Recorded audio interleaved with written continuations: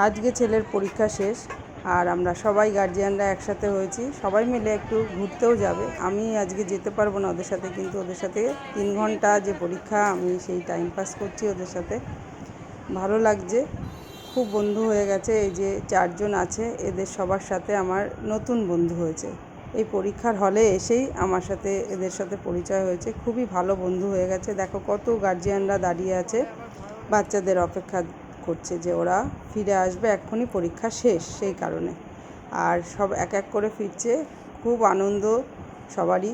পরীক্ষা শেষ আর পরীক্ষাও সত্যি সবারই খুব ভালো হয়েছে। একজন করে জিজ্ঞেস করা হচ্ছে, সবাই জিজ্ঞেস করছে, বলছে যে না এক্সাম খুব ভালো হয়েছে। আমার ছেলে এখনও ফেরেনি, এক্ষুনি ঢুকবে। প্রথমে অন্য একটা স্কুলের বাচ্চা কল্যাণীরই, এরা ফিরছে, তারপরে নারায়ণাতে পড়ে আমার ছেলে। নারায়ণা স্কুলের বাচ্চারা আস্তে আস্তে আসছে, দেখা যাচ্ছে দূর থেকে। ওই যে সব নারায়ণা স্টুডেন্টরাও ফিরছে। আমার ছেলে বেরিয়ে পড়েছে, ওই যে আমার ছেলে দাঁড়িয়ে আছে, সব বন্ধুদের সঙ্গে আর কি কথা বলছে কার কেমন হলো পরীক্ষা।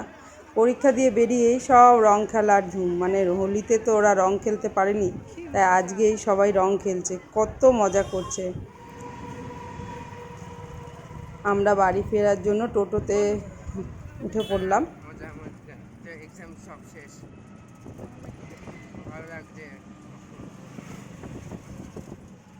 ছেলের এক্সামটা খুব ভালো হয়েছে, তাই ছেলেও ভীষণ খুশি আর আমি তো ভীষণই খুশি। এবার বাড়ি ফেরার পালায়, ভাইয়ের বাড়িতে আর কি যাচ্ছি। আজকে রাতটা থাকবো, কালকে ফিরে যাব।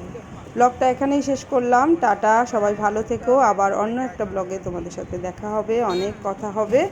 আজকের মতো এখানেই শেষ করছি। সবাই ভালো থেকো, সুস্থ থেকো, সবাইকে ভালো রেখো।